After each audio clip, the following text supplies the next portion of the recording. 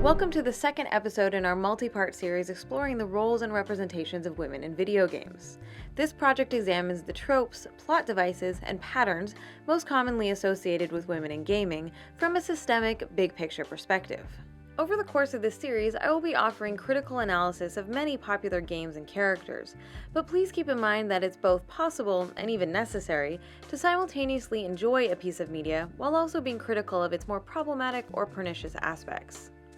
I just want to caution viewers that as we delve into more modern games, we will be discussing examples that employ some particularly gruesome and graphic depictions of violence against women. I'll do my best to only show what is necessary, but this episode does come with a trigger warning.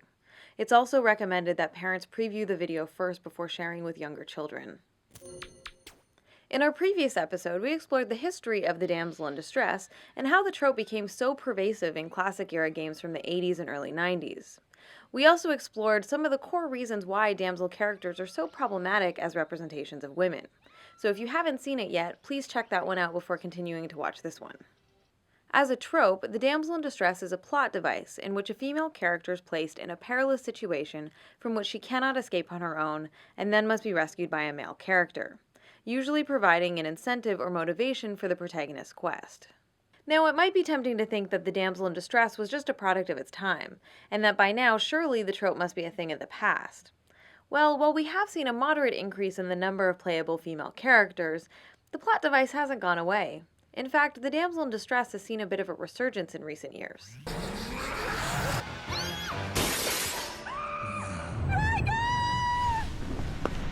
Silence!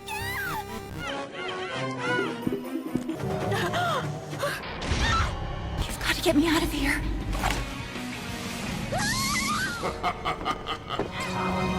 Get out. He's hurting me. Alice?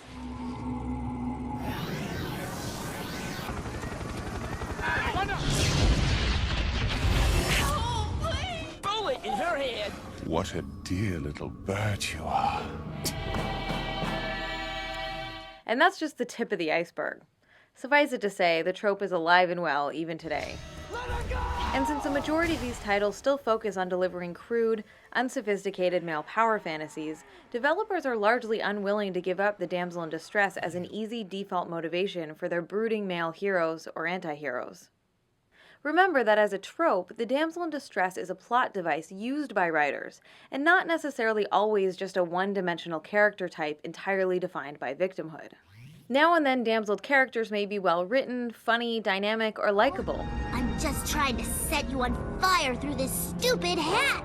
What a delightfully mean little brain you have. However, this extra character development tends to make their eventual disempowerment all the more frustrating. Damsels on the more sassy end of the spectrum may struggle with their captors, or even attempt an escape on their own, but inevitably their efforts always prove futile. Occasionally they may be allowed to offer the hero a last-minute helping hand, or to kick the bad guy while he's down, but these moments are largely symbolic and typically only happen after the core adventure is over, or the danger has passed. These token gestures of pseudo-empowerment don't really offer any meaningful change to the core of the trope, and it feels like developers just throw these moments in the last minute to try and excuse their continued reliance on the damsel in distress. Periodically, game developers may attempt to build a more fleshed-out relationship or emotional bond between the damseled character and the male protagonist. In the most decidedly patronizing examples, depictions of female vulnerability are used as an easy way for writers to trigger an emotional reaction in male players. As we discussed in our first episode, when female characters are damseled, their ostensible agency is removed and they're reduced to a state of victimhood. So narratives that frame intimacy, love, or romance as something that blossoms from or hinges upon the disempowerment and victimization of women are extremely troubling because they tend to reinforce the widespread regressive notion that women in vulnerable, passive, or subordinate positions are somehow desirable because of their powerlessness. Unfortunately, these types of stories also help to perpetuate the paternalistic belief that power imbalances within romantic relationships are appealing, expected, or normal. Okay, so we know that the damsel in distress is alive and well in gaming, but that's not the full picture. There's an even more insidious side to the story. Over the past decade, game companies have been desperately searching for ways to stand out in a market increasingly oversaturated with very similar products. As a consequence, we've seen a dramatic increase in the number of games attempting to cut through the clutter by being as dark and edgy as possible. So we've seen developers try to spice up the damsel in distress cliche by combining it with other tropes that involve victimized women. I've identified a few of the most common of these trope cocktails, which join together multiple regressive or negative representations of women, including the disposable woman, the mercy killing, and the woman in the refrigerator. The term women in refrigerators was coined in the late 1990s by comic book writer Gail Simone to describe the trend of female comic book characters who are routinely brutalized or killed off as a plot device designed to move the male character's story arc forward. The trope name comes from Green Lantern issue number 54, in which the superhero returns home to find his girlfriend murdered and stuffed inside his refrigerator.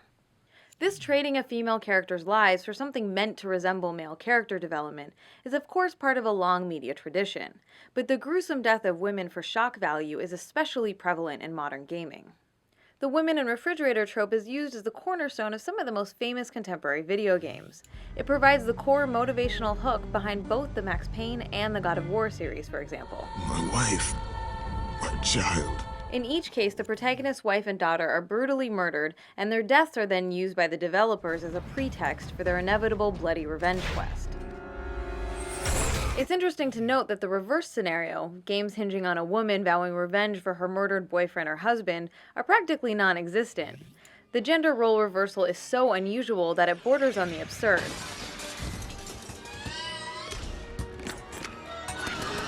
Which is one of the reasons why the scene from Disney's Wreck-It Ralph is so humorous. I could do a very long video just exploring this one trope in gaming, but today I want to look at how the woman in refrigerator is connected to the damsel in distress, and specifically the ways game developers have found to combine these two plot devices. One popular variation is to simply use both tropes in the same plotline, so as to have the male protagonist's wife stuffed in the fridge while his daughter is damseled. In Outlaws, your wife is brutally murdered and you then have to rescue your daughter. Who did this? They've taken Sarah. In Kane and Lynch, your wife is brutally murdered and you then have to rescue your daughter. I'll find them all before they find Jenny. In Prototype 2, your wife is brutally murdered and you then have to rescue your daughter. In Inversion, your wife is brutally murdered and you then have to rescue your daughter. Layla, where is she? In Asura's Wrath, your wife is brutally murdered and you then have to rescue your daughter. Save her. In Dishonored, the Empress is brutally murdered and you then have to rescue her daughter, though it's heavily implied that she's your daughter too. Find Emily. Protect her. It's no coincidence that the fridge plot device and the damsel plot device work in much the same way. Both involve female characters who have been reduced to complete states of powerlessness by the narrative, one via kidnapping, the other via murder. The two plot devices used together then allow developers to exploit both the revenge motivation and the good old-fashioned save-the-girl motivation. Believe it or not, there is another more insidious version of this particular trope hybrid, which I call the damsel in the refrigerator. Now, you may be asking yourself, how can a fridged woman still be in distress? Since by definition, being fridged usually sort of requires being dead. Well, here's how it works. The damsel in the refrigerator occurs when the hero's sweetheart is brutally murdered, and her soul is then trapped or abducted by the villain.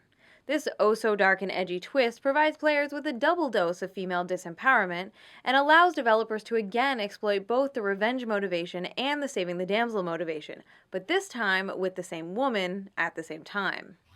This trope combination can be traced back to old-school side-scrollers like Splatterhouse 2 and Ghouls and Ghosts, but the damsel in the refrigerator has definitely become a more popular trend in recent years. In Medieval 2, your murdered girlfriend's soul is stolen and you must fight to save her. In The Darkness 2, your murdered girlfriend's soul is trapped in hell and you must fight to free her. My soul is mine. In Shadows of the Damned, your murdered girlfriend's soul is trapped in hell and you must fight to free her. Help her. In Dante's Inferno, your murdered wife's soul is trapped in hell and you must fight to free her. In Castlevania Lords of Shadow, your wife's soul is trapped on Earth and you must fight to free her. The Damsel in the Refrigerator is part of a larger trend of throwing women under the bus in increasingly gruesome ways, in an apparent attempt to interject what I'll loosely refer to as mature themes. Developers must be hoping that by exploiting sensationalized images of brutalized women, it'll be enough to fool gamers into thinking that their games are becoming more emotionally sophisticated. But the truth is, there's nothing mature about most of these stories, and many of them cross the line into blatant misogyny. Since what we're really talking about here are depictions of violence against women, it might be useful to quickly define what I mean by that term. When I say violence against women, I'm primarily referring to images of women being victimized, or when violence is linked specifically to a character's gender or sexuality. Female characters who happen to be involved in violent or combat situations on relatively equal footing with their opponents are typically exempt from this category because they're not usually framed as victims. As I mentioned in our last video, the damsel in distress doesn't always have to be accompanied by a heroic rescue. Here I was again, with all hell breaking loose around me, standing over another dead girl I had been trying to protect. Sometimes the hero fails to save the woman in question, either because he arrives too late, or because, surprise twist, she's been dead the whole time. Nicole has been dead this whole time. No. No! All my powers, and I couldn't do a thing.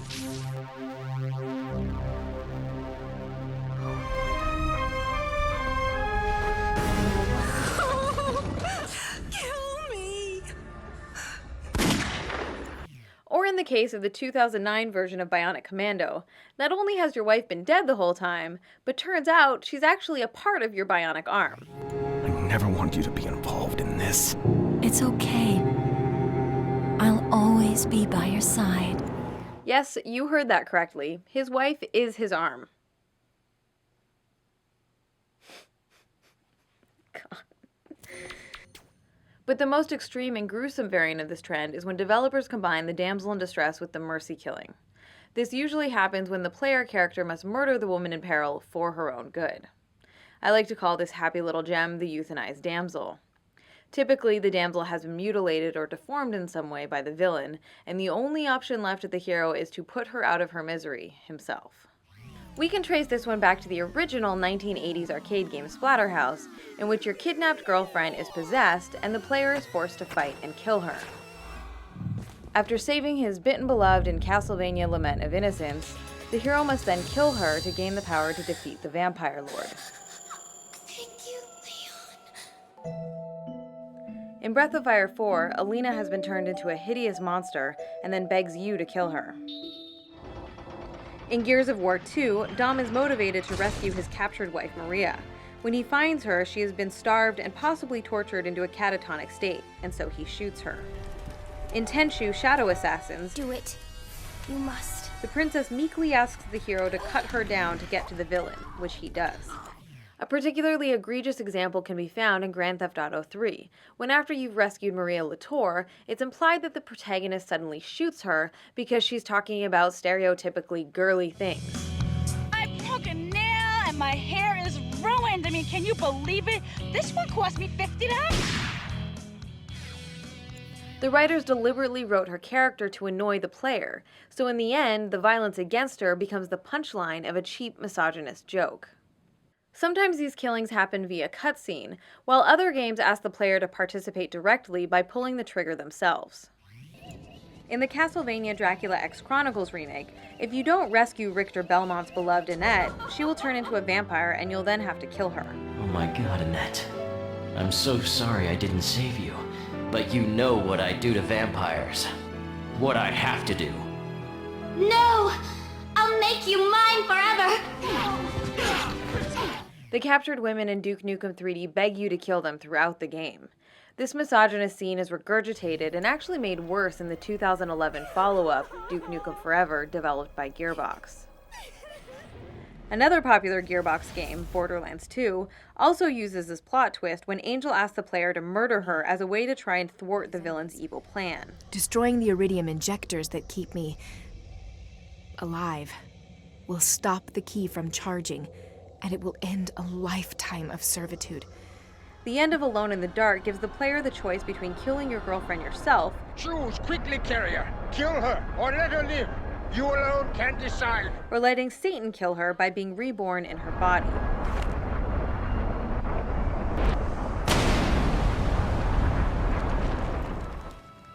The Wii game Pandora's Tower includes one ending in which Elena begs you to kill her before she completes her transformation into a monster. Please.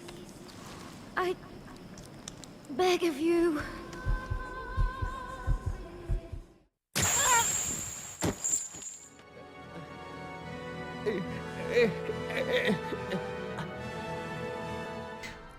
Help me! I'm so afraid! In the 2006 shooter Prey, when the hero finally reaches his abducted girlfriend, she's been hideously mutilated and fused with a monster, which you must fight while she screams for help over and over again. Get away from me, Tommy! She wants me to kill you! I can't stop it!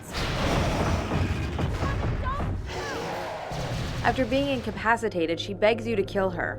Please, Tommy. Let me go. And the player can't advance in the narrative until you shoot her in the face.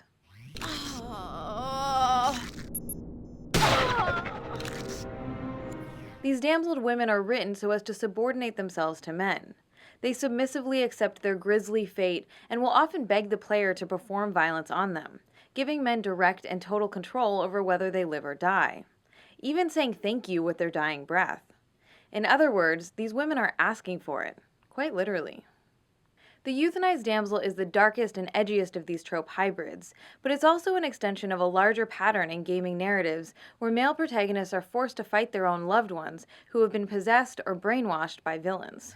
When Kratos finds his mother in the PSP game God of War Ghosts of Sparta, she morphs into a hideous beast, forcing you to fight and kill her.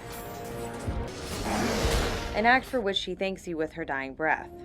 Finally, I am free.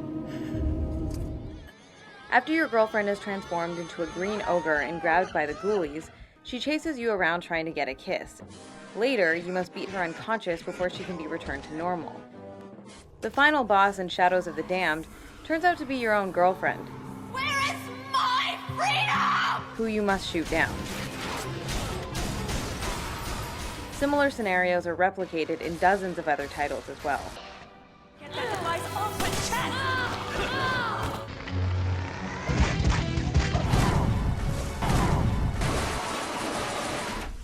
Although the narratives all differ slightly, the core element remains the same. In each case, violence is used to bring these women back to their senses. These stories conjure up supernatural situations in which domestic violence perpetrated by men against women who have lost control of themselves not only appears justified, but is presented as an altruistic act done for the woman's own good. Of course, if you look at any of these games in isolation, you'll be able to find incidental narrative circumstances that can be used to explain away the inclusion of violence against women as a plot device. But just because a particular event might make sense within the internal logic of a fictional narrative, that doesn't in and of itself justify its use. Games don't exist in a vacuum, and therefore can't be divorced from the larger cultural context of the real world. It's especially troubling in light of the serious, real-life epidemic of violence against women facing the female population on this planet. Every 9 seconds, a woman is assaulted or beaten in the United States, and on average, more than 3 women are murdered by their boyfriends, husbands, or ex-partners every single day. Research consistently shows that people of all genders tend to buy into the myth that women are the ones to blame for the violence men perpetrate against them. In the same vein, abusive men consistently state that their female targets deserved it, wanted it, or were asking for it. Given the reality of that larger cultural context, it should go without saying that it's dangerously irresponsible to be creating games in which players are encouraged and even required to perform violence against women in order to save them. Even though most of the games that we're talking about don't explicitly condone violence against women, nevertheless they trivialize and exploit female suffering as a way to ratchet up the emotional or sexual stakes for the player. Despite these troubling implications, game creators aren't necessarily all sitting around twirling their nefarious-looking mustaches while consciously trying to figure out how to best misrepresent women as part of some grand conspiracy. Most probably just haven't given much thought to the underlying messages their games are sending, and in many cases, developers have backed themselves into a corner with their own game mechanics. When violence is the primary gameplay mechanic, and therefore the primary way that the player engages with the game world, it severely limits the options for problem solving. The player is then forced to use violence to deal with almost all situations because it's the only meaningful mechanic available, even if that means beating up or killing the women they're meant to love or care about. One of the really insidious things about systemic and institutional sexism is that most often regressive attitudes and harmful gender stereotypes are maintained and perpetuated unintentionally. Likewise, engaging with these games is not going to magically transform players into raging sexists. We typically don't have a monkey-see, monkey-do direct cause and effect relationship with the media we consume. Cultural influence works in much more subtle and complicated ways. However, media narratives do have a powerful cultivation effect, helping to shape cultural attitudes and opinions. So when developers exploit sensationalized images of brutalized, mutilated, and victimized women over and over and over again, it tends to reinforce the dominant gender paradigm, which casts men as aggressive and commanding, and frames women as subordinate and dependent. Although these stories use female trauma as the catalyst to set the plot elements in motion, these are not stories about women. Nor are they concerned with the struggles of women navigating the mental, emotional, and physical ramifications of violence. Instead, these are strictly male-centered stories, in which, more often than not, the tragic damsels are just empty shells, whose deaths are depicted as far more meaningful than their lives. Generally, they're completely defined by their purity, innocence, kindness, beauty, or sensuality. In short, they're just symbols meant to invoke the essence of an artificial feminine ideal. Help me! In fact, these games usually frame the loss of the woman as something that has been unjustly taken from the male hero. So now, I take from you. Jackie, this is not your fault. The implication being that she belonged to him, that she was his possession. Once wronged, the hero must go get his possessions back, or at least exact a heavy price for their loss. On the surface, victimized women are framed as the reason for the hero's torment. But if we dig a little deeper into the subtext, I'd argue that the true source of the pain stems from feelings of weakness and/or guilt over his failure to perform his socially prescribed patriarchal duty to protect his women and children. And I hated myself for allowing this to happen to her and our little girl. In this way, these failed hero stories are really about the perceived loss of masculinity and then the quest to regain that masculinity, primarily by exerting dominance and control through the performance of violence on others. Consequently, violent revenge-based narratives repeated ad nauseum can also be harmful to men because they help to further limit the possible responses men are allowed to have when faced with death or tragedy. This is unfortunate because interactive media has the potential to be a brilliant medium for people of all genders to explore difficult or painful subjects. So to be clear here, the problem is not the fact that female characters die or suffer. Death touches all of our lives eventually, and as such, it's often an integral part of dramatic storytelling. To say that women could never die in stories would be absurd. But it's important to consider the ways that women's deaths are framed and examine how and why they're written. There are some games that try to explore loss, death, and grief in more genuine or authentic ways that do not sensationalize or exploit victimized women. Dear Esther, Passage, and To the Moon are a few indie games that investigate these themes in creative, innovative, and sometimes beautiful ways. These more contemplative-style games are a hopeful sign, but they're still largely the exception to the rule. a sizable chunk of the industry is still unfortunately trapped in the established pattern of building game narratives on the backs of brutalized female bodies. Violence against women is a serious global epidemic. Therefore, attempts to address the issue in fictional contexts demands a considerable degree of respect, subtlety, and nuance. Women shouldn't be mere disposable objects or symbolic pawns in stories about men and their own struggles with patriarchal expectations and inadequacies. The dark and edgy trope cocktails that we've discussed in this episode are not isolated incidents or obscure anomalies. Instead, they represent an ongoing, recurring pattern in modern gaming narratives. In most cases, the damseled characters have simply gone from being helpless to being dead, which is obviously not a huge improvement from her perspective. I know this episode has been a little bit grim, but please join me next time for the third and final installment covering the damsel in distress, where we'll take a look at some titles that attempt to flip the script on the damsel, and then we'll go on a quest to find examples of the elusive dude in distress role reversal.